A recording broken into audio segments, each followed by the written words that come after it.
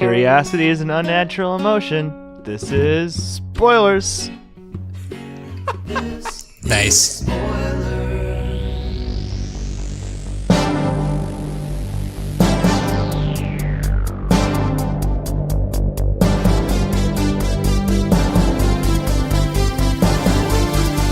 There's magic and wonders and mysteries in store. A hero whose mission is to learn and explore. He's daring and caring and oh so much more. It's Brigsby Bear.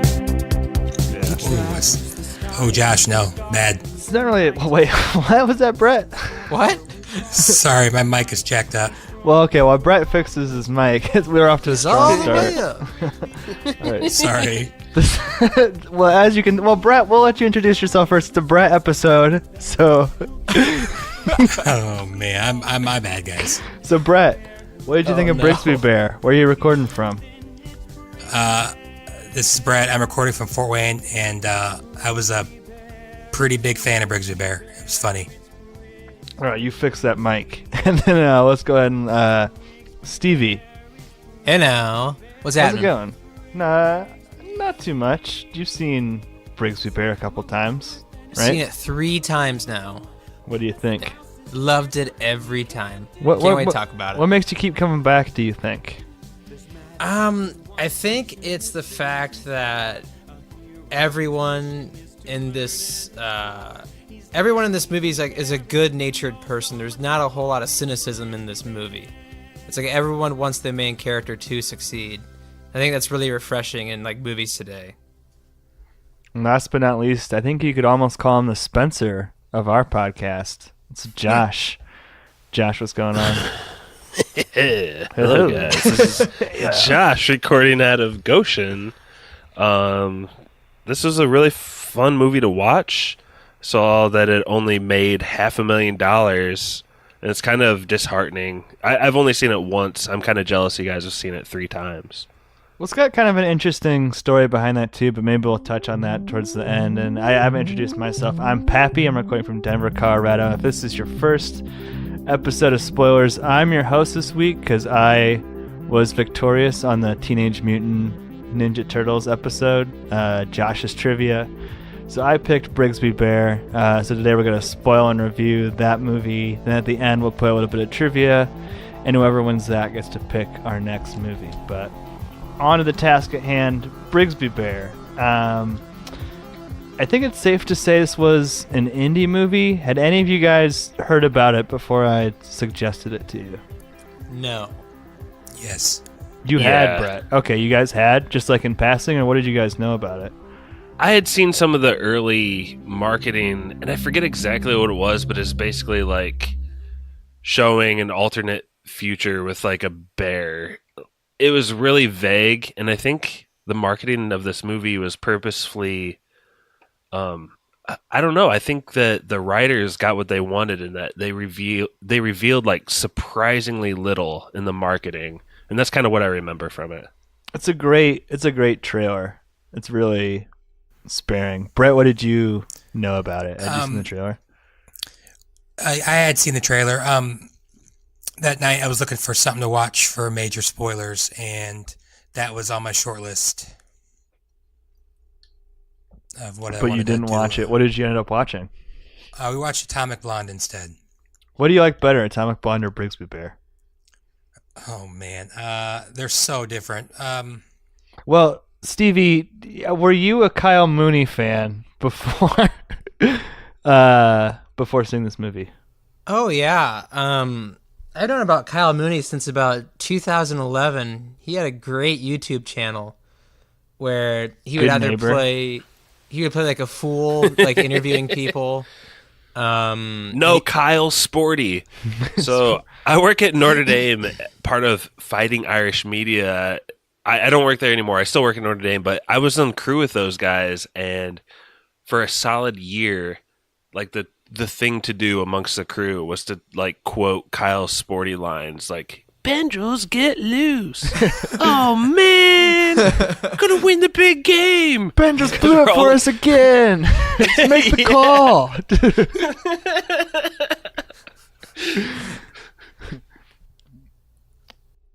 It's a pretty goofy YouTube channel. We can play a little bit of a clip there.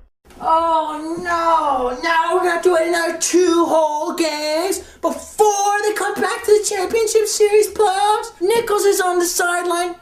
He must be injured.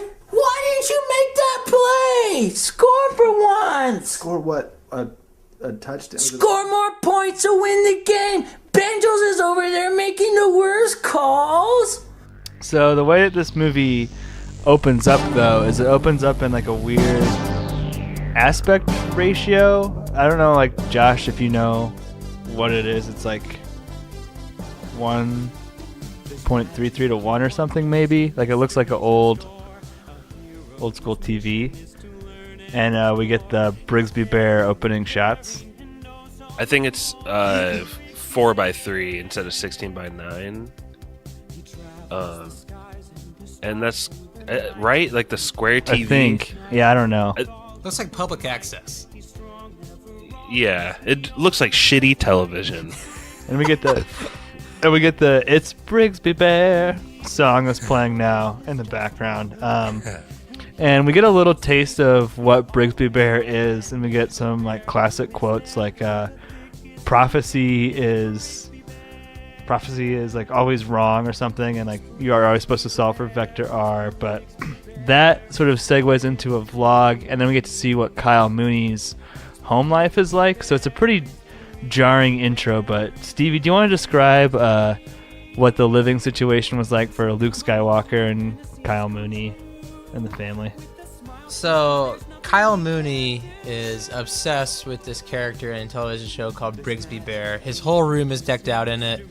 He even pledges himself to one of the Brigsby Bear characters at night. And they She is live hot. in a like fallout shelter in the middle of what was it? She's Utah? in House of Cards. Utah, yeah, and she's in it's House middle of Cards. Utah, and pretty much his daily life. crunchy? Is covers ruffling through papers. Is to eat breakfast, work out. He's pretty much a math whiz, isn't he? They're just trying to solve this problem. What was that problem His called, studies. Pappy? The Van Smythe equation. Yeah, the Van Smythe equation. It's 6 the whole time. The whole time, 6. And after that, it's straight Brigsby Bear. Watch Brigsby Bear go through theories, like fan theories over it, go on his vlog, and I'd say 90% of his life is obsessing over this public access TV show. Well, they even like the way that the family is raised. They have this really strange way of talking too, like, and the way of like interacting with each other. Like, it's very formal. Like, they don't embrace it, like shake hands, but they pray before every meal, and they call. Kyle Mooney's always calling stuff by the wrong name. Like, there's like some lightning bugs out. He's like, look at the grazer bugs, Kyle. All they need is some cool moonlight and some fresh water, and they're fine. So let's call it what it is. It's like a super small cult. Yeah. That Mark Hamill and his wife, what's her name? She's a famous actress also, but they're raising Kyle Mooney in isolation, right? And they're just indoctrinating him with all this bullshit. But in the midst of it, they're also, they're loving parents, and they're teaching him math too. Well, and they're also like, part of the reason that this is sort of semi-plausible is that they're hyper intelligent. But so that's only like, it's one of many, many montages in this movie. This movie is 90 minutes, but it's got about 9 montages in it. That's the first where we see their home life. And then Brett, what happens to sort of disrupt that comfy life? Is that when Brigsby can't sleep and he goes out sits on the roof with the gas mask on? Yep. Yeah, James. And you said he couldn't sleep, but I got the feeling that was something he did on like a regular basis. Like it's Saturday, like I can't wait to like get out there away from the house a little bit. It's kind of sad scene, really. Yeah.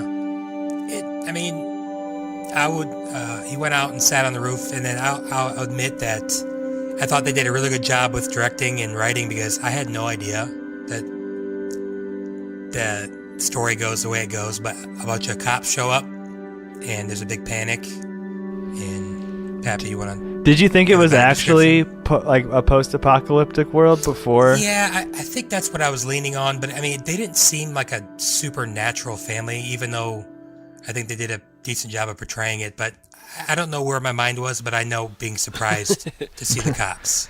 I was thinking, this is a Wes Anderson future apocalyptic family. I knew something was amiss when they had the like the Chuck E. Cheese animatronics going off outside what they called the pier. Yeah. Yeah.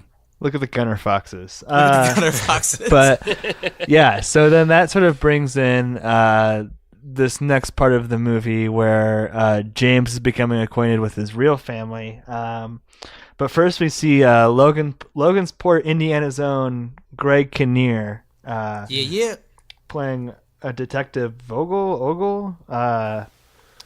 Vogel. Vogel. Okay. And then we also meet the parents of of James, Matt Walsh from Veep, and Jane Addams is the mom, and she's Carrie in Eternal Sunshine of the Spotless Mind.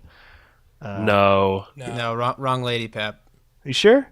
It's Michaela Watkins is his new mom. Jane Addams is his fake mom. Yeah. Oh shit. Okay. Well, then what is she from then? Her top ones, Wanderlust is probably like her biggest movie she's known for. They're both in Casual. Maybe that got confused with that. Yeah. No, I just confused the actresses because I couldn't tell them apart from their IMDb. But well, Jane Addams is in this super briefly, to be fair. She's barely in it at all. Yeah, like they don't even come back to her later.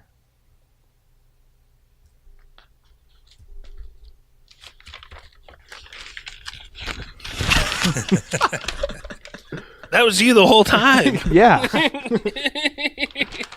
So what did you guys think about the family life part of the movie? What stood out there? Awkward. Thanks, Brett. Yeah. Which the new family? The fucking new family.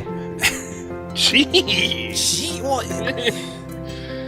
I thought it was pretty painful to watch at times because it's not like they found James when he was like 5 or 6 years later. This dude's probably in his late 20s, early 30s. I think he's supposed to be 25. Yeah, something like that. That sounds about right. Okay, I mean, James is obviously like his own far out there person now, and like his new family seems like the squarest family in the world. And it's extremely awkward when like they try to like bond with him. It's just kind of like a weird living situation. That one scene, they're like, "Here's your room. Do you like it?" Yeah. It was kind of funny. His response was like, "No answer." I like the part where they're like they have the legal pad list of like water activities to do. Like everything they suggest is water based.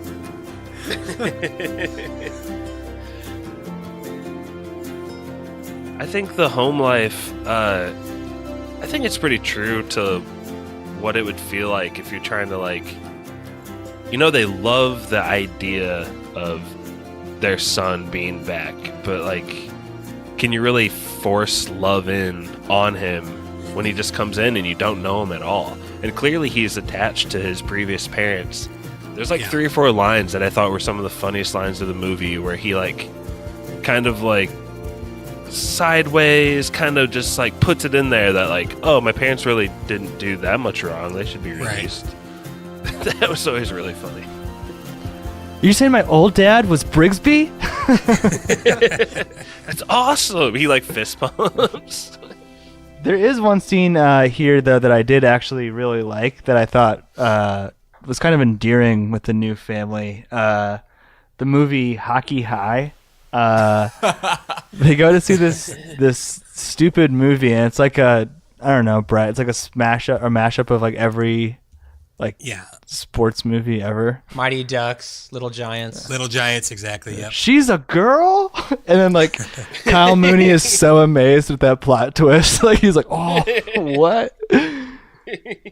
And so then that inspires Kyle, and he realizes he has this quote where he says, "So anyone can make a movie," and we get into the sort of the production scene, and it's another montage here where he like lays out all the storyboard and stuff, and that starts happening, and then he goes to a party with his sister. Josh, do you want to describe the hijinks that go down at this party a little bit? Yeah, with all the fantastical stuff that goes on in this movie, I think this is probably getting into the most fantastical, and that is Kyle Mooney.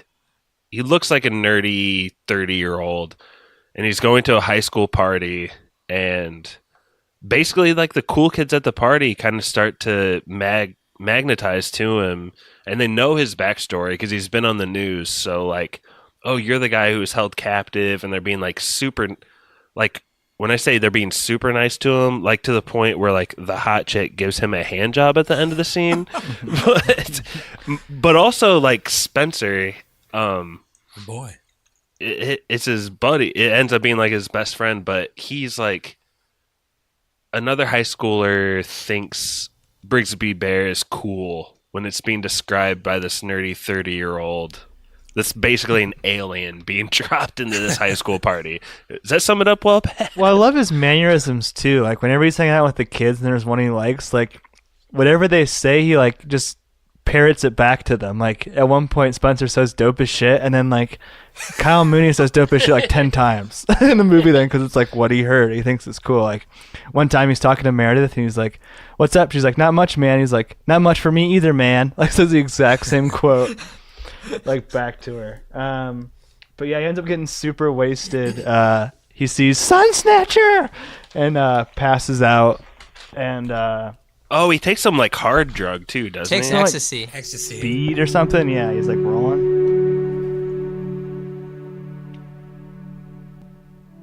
Yeah. Yeah. Gets pretty nuts, man. She gets some nuts. So yeah. So Spencer has some pretty cool movie posters in his room, doesn't he? He's got the Thing in the back. He's got some other ones in there too. But He's Greg, like a big sci-fi nerd, isn't he? I think Like, that's so. what I got from like all of his movie posters. He's got the one. What's the movie with like Kenny and the boobs? South Park movie, Bigger, Longer, Uncut. Yeah. But it's the parody from the show Heavy Metal. Oh Yeah, he's got that yeah. poster up. But yeah, so then like to aid in this production, Greg Kinnear steals the Brigsby costumes and stuff and brings it to James's house. Greg Kinnear is like the savior, I guess. He's like supposedly the lead detective The that Jesus character of sorts. No, that's definitely Luke Skywalker, but he saves Kyle Mooney from the family.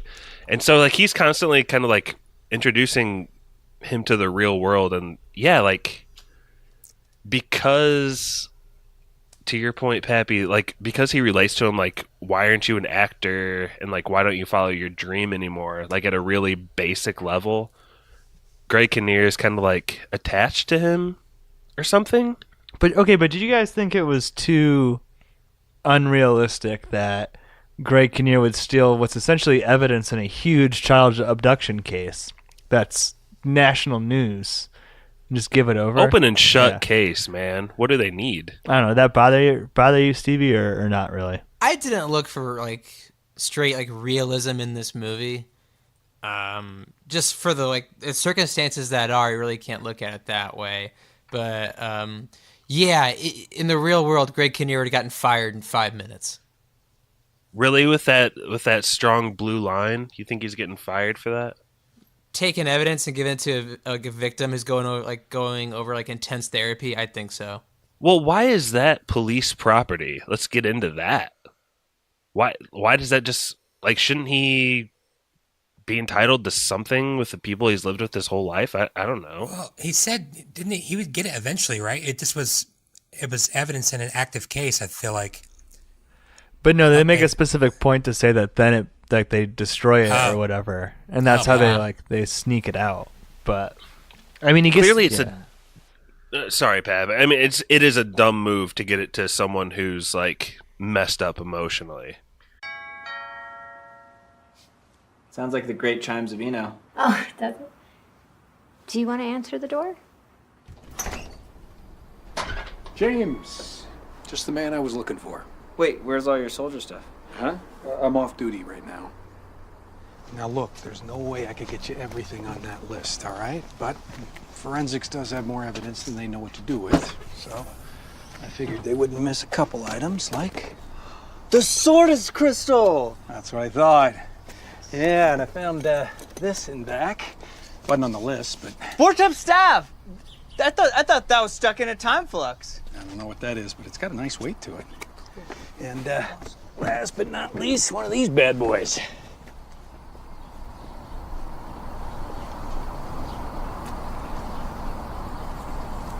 That's Brigsby. This is like extremely valuable equipment too. Like apparently you can stick any tape into Brisby's head, and then his voice will like puppet whatever you're saying. And I guess that's sort of explained away in the fact that the parents, Carrie from Eternal Sunshine and Luke Skywalker, that they invented this toy or something that was super popular, like essentially like the Tickle Me Elmo. Is it like Terry the Tiger?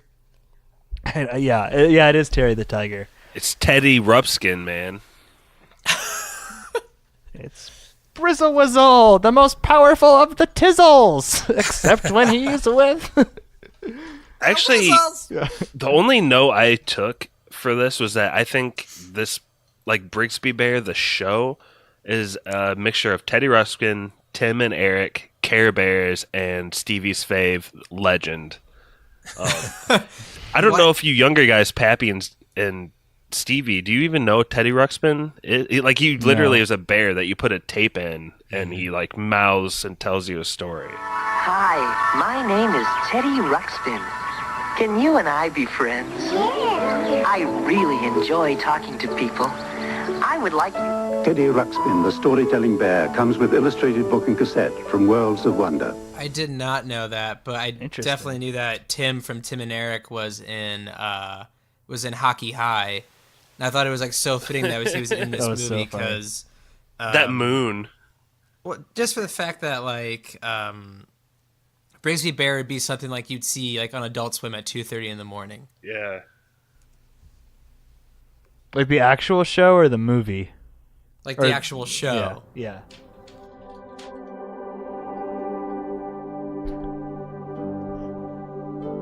So in the production section of this movie, there's a scene where Spencer and James, Kyle Mooney, are getting tacos, and Spencer is like breaking down the tapes, and he's just telling him how much he loves them. He's at one point, it's like that part where Sun Snatcher melted the peace treaty before the people could use it, and Kyle's like, or James is like, yeah, and Spencer just goes, that's like really good storytelling, man.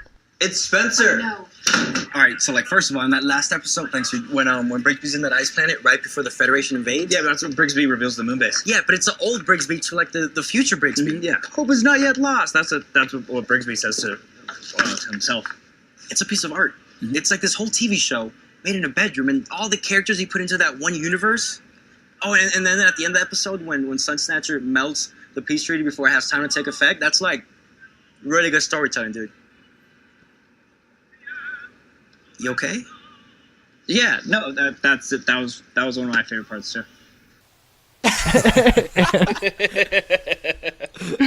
and like James just has this look on his face, like for the first time in his life, like somebody else actually gets it too. So then there's like yet another montage, and we get to see a little bit of Utah here, which if you're ever making an indie movie, we kind of saw this in Troll Hunter too, but if you live in a place that's like semi-scenic at all, like definitely make the most of it, because the scenes in like the desert, along with the original music, which was written by. I'm using paper tonight, by the way. I don't know if you guys picked that up. David Wingo. Oh my god! Don't do that anymore. It looks really awesome, but then there's also intermixed in this element too. There's an element. Or intermixed in that scene, there's an element that's introduced where Spencer uploads the clips to YouTube. Did that bother you guys at all? I thought it could have been like a little bit mean-spirited on his part because people might be making fun of him, but... And that's what was unbelievable. Like, that's the angle I thought they're going with for a while, but everyone around him just thinks Brigsby Bear is so cool. There's like no conflict in this movie, basically. I think that if you have to trace it back to a plot point, Luke Skywalker's like vision and his writing in the show were like actually really unique, and we don't get to see like a full episode. So I guess you just have to trust that, like, yeah, Mark Hamill wrote like a really dope kid show for adults. Like a lot of them. Like I can't imagine him doing that like once a week. How long did he do that? Volume 20, episode 14, Making Friends with the Weasels. So a long time. Long time. There's a new Brigsby tape. Kyle Mooney was like, where's my Brigsby tape? Like, it's never late. Well, he's like, he's like, I just kind of want to go watch my new Brigsby tape. And they're like, the Brigsby tape didn't come. And he like thinks they're joking. He like laughs. He looks at his sister like, can you believe these guys? No Brigsby tape. Speaking of the sister, I don't think we really talked about her. So part of this training montage, it segues into another, like there's a little break, and there's another camping montage after Kyle Mooney builds a bomb, which will come into play in a second. But this is when the sister and James really bond. If there are any like interpersonal conflict, it's like kind of maybe a stereotypical stepsister's brother, new person introduced to the family, kind of catty, cranky stepsister relationship. No, I get it. Okay, this whole thing is weird enough without you trying to hang out with people my age or embarrass me in front of my friends. Also, people are saying you hooked up with Meredith. Okay, do not do that. You're old. Tell Mom you need your own phone. Brett, we like to go to you to judge the performances of young actresses quite a bit. What did you think of the sister in this movie? Well, first of all, I thought... No, I'm not going to say anything on that, whatever. I thought she was kind of a little bit of a front runner, if that makes sense. I mean, she like hates his guts, and then he becomes way cooler than her, and all of a sudden she's like, "Oh, you're so awesome." I mean, did that bother anybody else? I think it was pretty decent writing in the fact that she struck me as someone that didn't like lots of attention. Yeah, that's true. When her brother comes back into the fold, like tons of attention was going to be brought on her, and I think she more or less just kind of resented him for that in the beginning of the movie. So that's the way I took it. Well, again, I don't blame her for acting weird. I mean, Pappy was kind of talking about it earlier. I mean, just because you're blood related doesn't mean they don't know anything about each other. I'm just saying, it's not like he changes when he becomes cool, but all of a sudden she likes him. That's just kind of weird to me, but I thought that was actually a pretty cool scene when they bonded out camping. Well, she's like the only person in the whole movie who gives him any shit, which I think, Josh, you were talking about. What did you think about her character in the movie? I thought it was lame that in the first scene they show her when, like, in front of like television reporters, they're introducing a family to their new son. She's like got her head hung low and looks like depressed little teen. Like, I feel like any realistic teenager would at least be faking happiness there.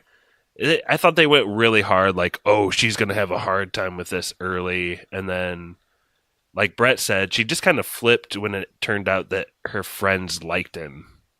So I thought her acting was okay. I just thought her character motivation was a little weak.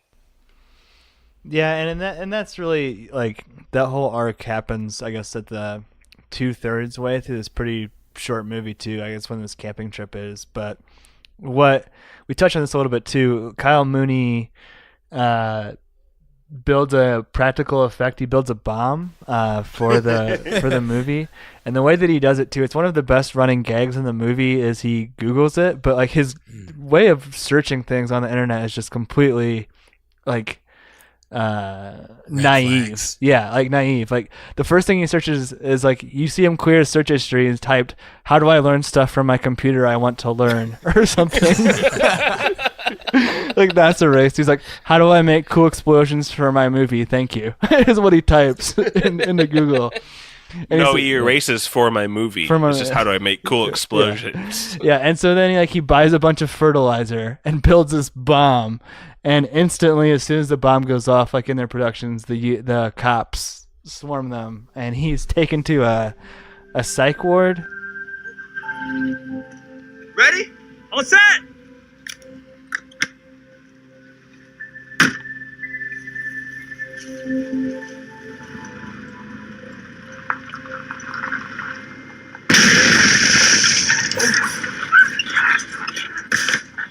What was that? Get it? You mean that freaking bomb that exploded? Yeah, what was that? I worked on it yesterday. I thought our movie could use more big budget appeal. Shit! Did it look cool? You're telling me I've been driving around in a car full with explosives the whole day? I know you said you want to use animation, but I thought if we did it for real, that'd be better. Plus, practical effects are a giant art form. Can't just blow shit up, man. Why not? Because you just... Shit! Step away from the device. Put your hands in the air. It's okay. Stevie, what do you remember from this like One Flew Over the Cuckoo's Nest bit of this movie? It was actually really surprising because Andy Samberg is in it, who is also, I think, one of the main producers in this movie. Mm-hmm. And typically with Andy Samberg, being a fan of SNL and Brooklyn Nine-Nine, he typically takes center stage in everything he does. It's not an indictment, it's just typically what happens. And he played like a really subdued and reserved role. Not over the top at all. Yeah. Not over the top at all. Barely He just talks. Yeah, I thought that was like really refreshing. That's what stood out to me in the psych ward scenes, and especially like when he got ice cream and like secretly handed it to James. That was awesome. I love the way he like shakes hands too. Like he just like points it out there like so hard, like but doesn't make eye contact. Was he supposed to be blind, or is he just wear those sunglasses? I think he's just mentally unstable. Yeah, I think he just wore the sunglasses. I like when he brings him the bag of stuff so Kyle Mooney decides he's gonna escape, and then so Andy Samberg comes into his room and is like, okay, this is all my weapons, all my throwing stars, all my swords. And if we're gonna get into this like hospital scene, is this not where again based on another the montage ending, is the hospital scene? Is this not where maybe the movie kind of forks from the real to the unreal? If we take like that end scene in mind, spoiler alert, there's like a Brigsby bear that appears to Kyle Mooney in real life and like disappears. Like, oh, the secret Brigsby has been helping him, and it's kind of like a Pan's Labyrinth thing where you're like, is this like movie premiere that went all? I know I'm skipping ahead, but like it casts into doubt. Like, did a lot of the good things that happen in this movie actually happen? I never thought that. I think this movie just takes a deep look at fandom, Josh. And like that Brigsby appearing at the end and like disappearing is just like Brigsby's always going to be a part of me. Yeah, I just think that like this movie can't be interpreted that it actually takes place in the reality that we all live in from start to finish too. Like from like I mentioned earlier, what Greg Kinnear is doing is just completely insane. And the way that Kyle Mooney breaks up by throwing a TV through a window, and then it's like just no big deal. Like he's not like locked up more. You know what I mean? Like, yeah, that's why I think that's kind of the fork in the road. Like realistically, he'd get into big trouble at that point, and they skipped over it, which would take months, or something else. I feel like. I don't know. I guess Stevie didn't see it that way at all, but. Well, I just think also that like with the detective like being on his side, I think he'd be okay as far as like breaking out of that mental asylum. Plus, it was probably somewhat voluntary as well. Yeah. Everything that happens from that point on is like perfect. Like he breaks out, he goes back to his new family. parents, real parents' family, and they're like doing the best thing possible. They finish the movie, everyone loves it, and then he sees Brigsby disappear. To me, it sounds too good to be true, and I'm not trying to take away from it being a happy movie, fun movie at the end. I think it is, but I think it's even better that it adds that sense of doubt. Well, you skipped over one of my favorite scenes from this last little bit here, which is when James goes to the prison to see Luke Skywalker because not because he likes him or anything, because he wants him to record the tapes. But Mark Hamill is so renowned for his voice acting, especially as the Joker, and it was really fucking cool to see him do a weird voice on screen. That was awesome. You ready?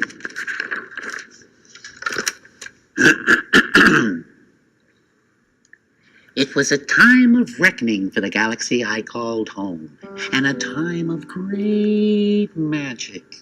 The Droombas had vanished in some great cataclysm, and the Sordis crystal was lost.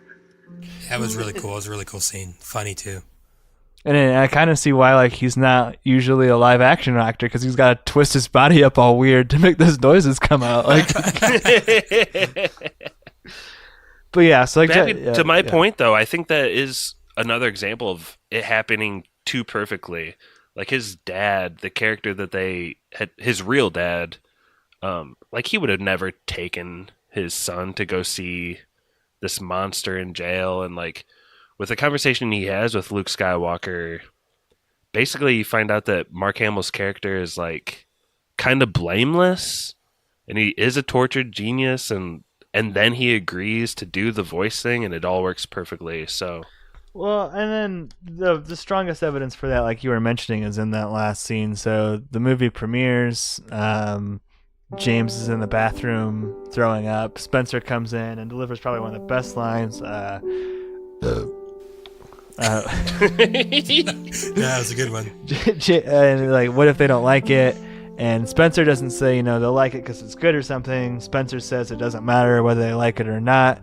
And it kind of, in this last scene, it's very, much like The Disaster Artist 2. It's this sort of quick montage of everyone just loving the movie, seeing different clips from the movie. Another running gag, too, is that James is really in love with one of the sisters' names, but not the other one. He doesn't. Is it Nina and Whitney? Yeah, he doesn't care about Nina at all. He doesn't care about Nina. He's I'm in love with you, and your sister Nina's okay too, or something. It's the same person, but yeah. So in that premiere, then it's really kind of tying into what the overall themes of what the movie's about celebrating the amateur creative process, and Brigsby sort of disappears there. Any thoughts on that last scene, Stevie? Did you like the way the movie wrapped up? Yeah, I did. It kind of wrapped up really neat and tight and needy. But what I'll say is the one thing I appreciate about this movie is there's not a lot of malice in it. There's these people honestly just want the best for James, and they discover along the way that Brigsby bears a huge part of his life, and just to go with it. So I think the movie wrapped up on a note just as high as I guess the rest of the movie. So yeah, I like the ending.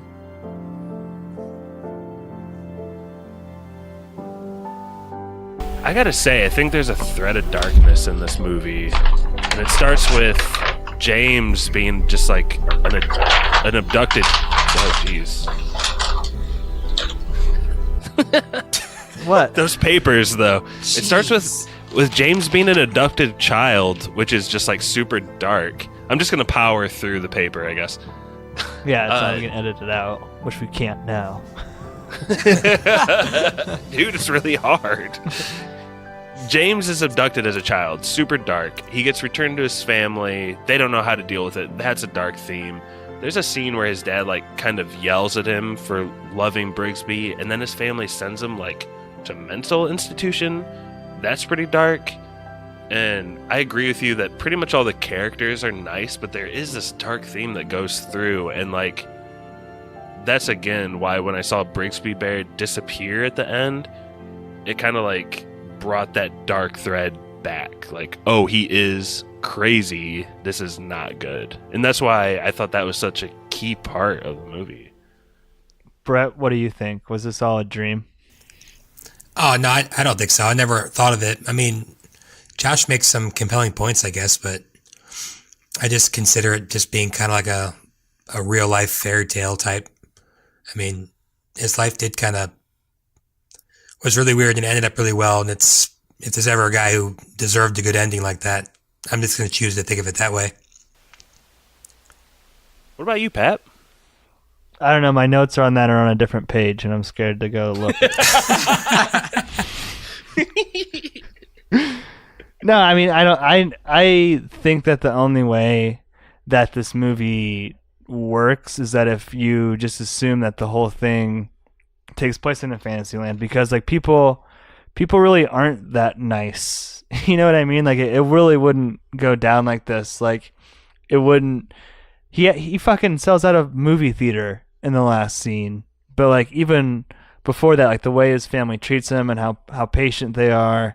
And like I said, the way that the cops treat him and the way that everything comes together, like this movie is more about the way that it makes you feel and the way that it's celebrating the overall creative process than it is like, you know, even the interpersonal relationships of the characters. I think that's more of like just kind of the way they are. Like Stevie said, everyone's just super positive. So like, you don't think the Game of Thrones or the House of Cards chick would make out with the Brigsby Bear face in real life, Pap? Oh, I think she definitely would. Who wouldn't make out with the Brigsby Bear face? But I don't know. It was my favorite movie of last year just because it just completely caught me off guard, and like I like what it's celebrating, and it does like a lot of things that usually drive me fucking crazy in movies, like the montages, like I said, like expositional newscasts basically giving like backstory to the characters. But it's just such like a sweet, nice, and fun movie that it's insanely rewatchable too. It's just all the characters are so tender, and it's like 90 minutes, and it just makes you feel pretty good after seeing it. So it's a yes for me. Brett, what do you say? Final thoughts and yes or no?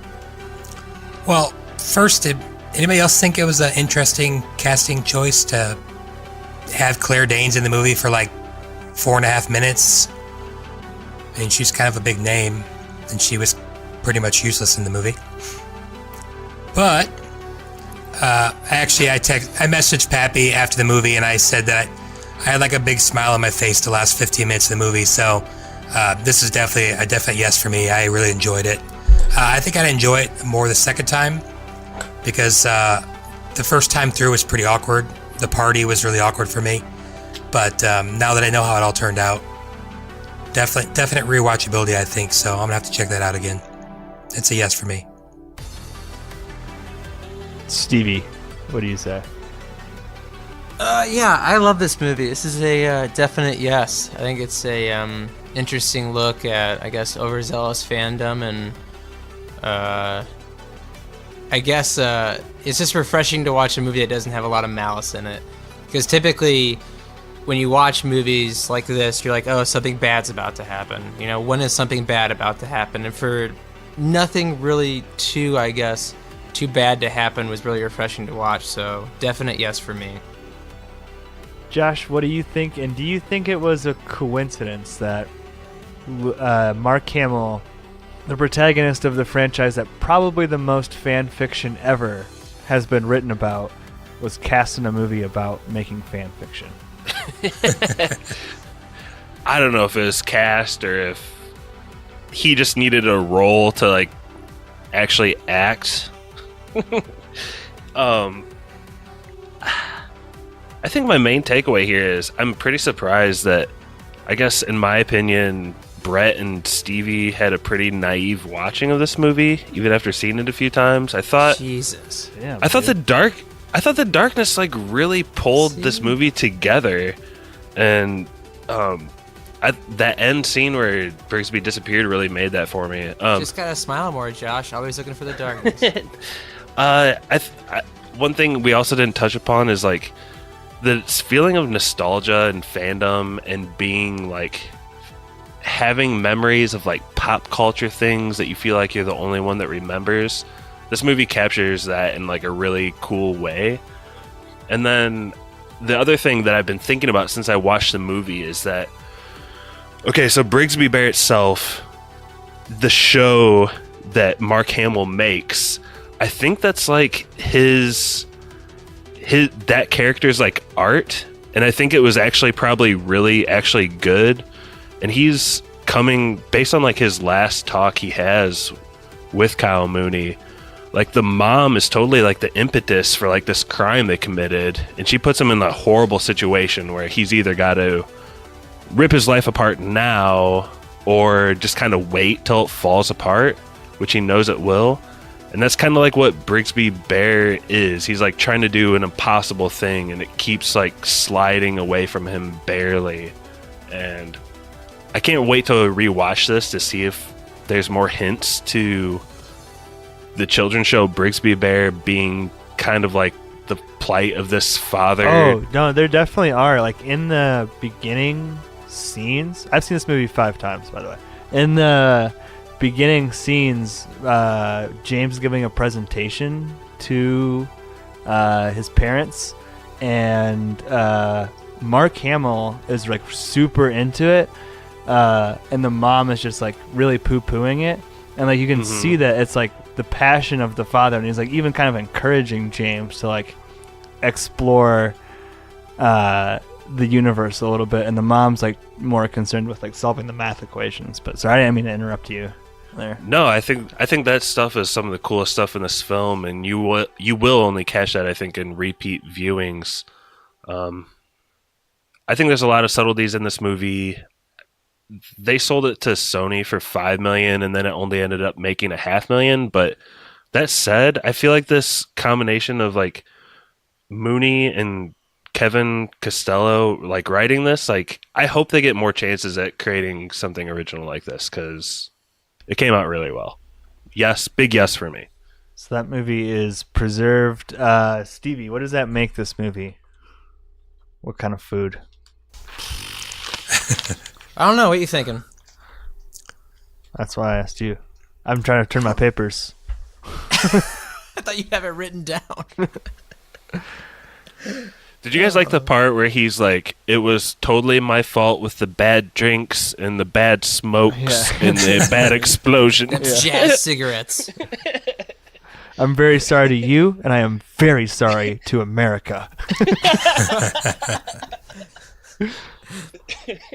All right. I thought one of the funniest parts of the whole movie, though, I totally forgot to bring this up, was when he's finding out during therapy that Brigsby girl isn't real. And he's talking to that girl at the party. She's like, you ever been with a girl before? And he's like, well, online, but it was actually just my mom playing a trick on me. I thought that was the funniest line of the whole movie. He's like, my mom, well, my abductor. Yeah. My abductor. All right. Trivia. So I think that we try to give advantage to the player who's been the longest since they've hosted. Brett, I think that's you. Josh, you hosted Teenage Mutant Ninja Turtles, so you'd have the least amount of advantage, and Stevie, you'd be second. So Brett, Stevie, Josh is the order.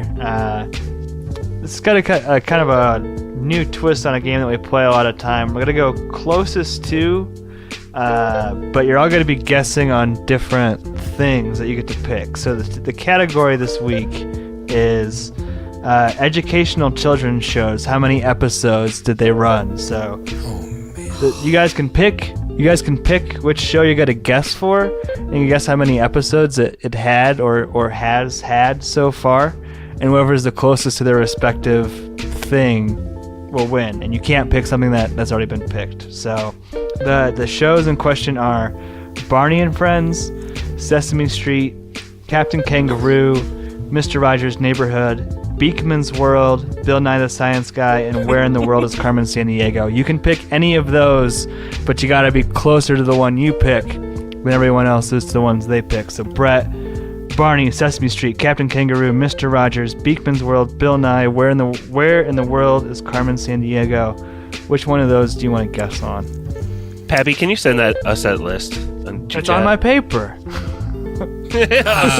Okay, never mind. I will. Not going to do well in any of these, but I'll take Where in the World is Carmen Sandiego. All right, and how many episodes do you think that was? Let's see. 5 seasons. I'm going to go with a solid 100. All right. Stevie, you can choose between Barney, Sesame Street, Captain Kangaroo, Mr. Rogers' Neighborhood, Beakman's World, or Bill Nye the Science Guy. This is gonna suck. Bill Nye, I guess. All right. And how many episodes do you think Bill Nye went? 94.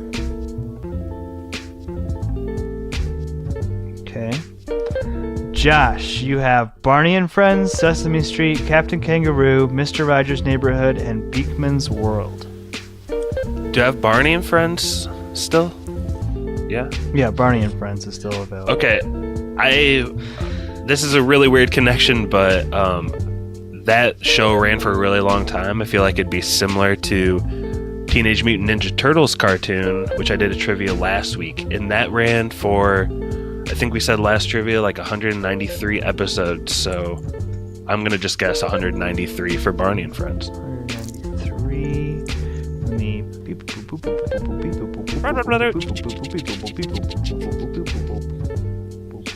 All right, not chosen. Beakman's World, which was a Bill Nye ripoff that had penguins at the beginning. Better. But was better. Was better. Had a guy in a giant rat suit. Fucking hilarious.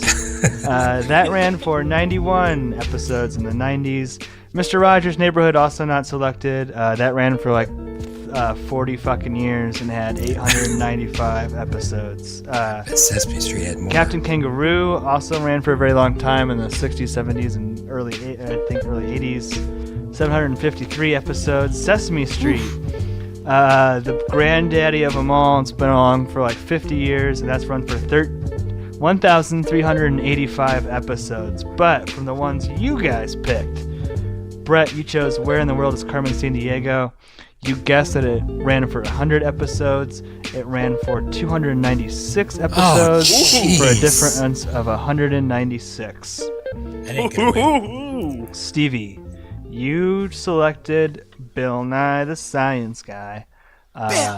This is not including his new Netflix show, Bill Nye Saves the World. This is the original 90s run of Bill Nye the Science Guy, which was 100 episodes. You guessed 94, which is a difference of 6. Josh, we all know you love Barney. It ran for 100, or you guessed 193. There were 248 episodes in its lot of years run for a difference of 65. Stevie, you are our winner and our host next week. So while I turn the pages, let's let Spoiler Man read our plugs, and then we'll come back and Stevie will tell us what we're going to be spoiling. Our email is podcastspoilers@gmail.com. Twitter is @spoilers_pod. Our Instagram is podcast spoilers. It's lit. Subscribe on SoundCloud or iTunes. Please don't forget to leave us a review. And we're back. Stevie, what'll it be? I've really been wanting to do a music movie for a while, and I know me and Pat have seen this movie. But this movie flew way under the radar, and I think it's probably the best music by a movie ever made. We will be doing Love and Mercy with John Cusack and Paul Dano. Nice. I've seen that.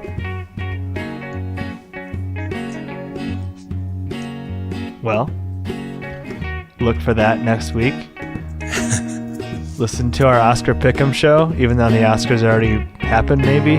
I don't know. Maybe they did. Devin Caraway, what's up? Maybe they didn't. Hashtag heaven for Devin, and that was spoilers. That was Spoilers. Twitter. Are we firing his asshole or what? Why do you want to fire him so bad? Why do you want to fire spoilers, man? Because he can't say 150th episode. He's got spoilers children, man. He doesn't know how to pronounce spoilers wife who rutabaga. doesn't work. He's a dumbass. Spoiler mom is sick. He's underpaid. Underpaid.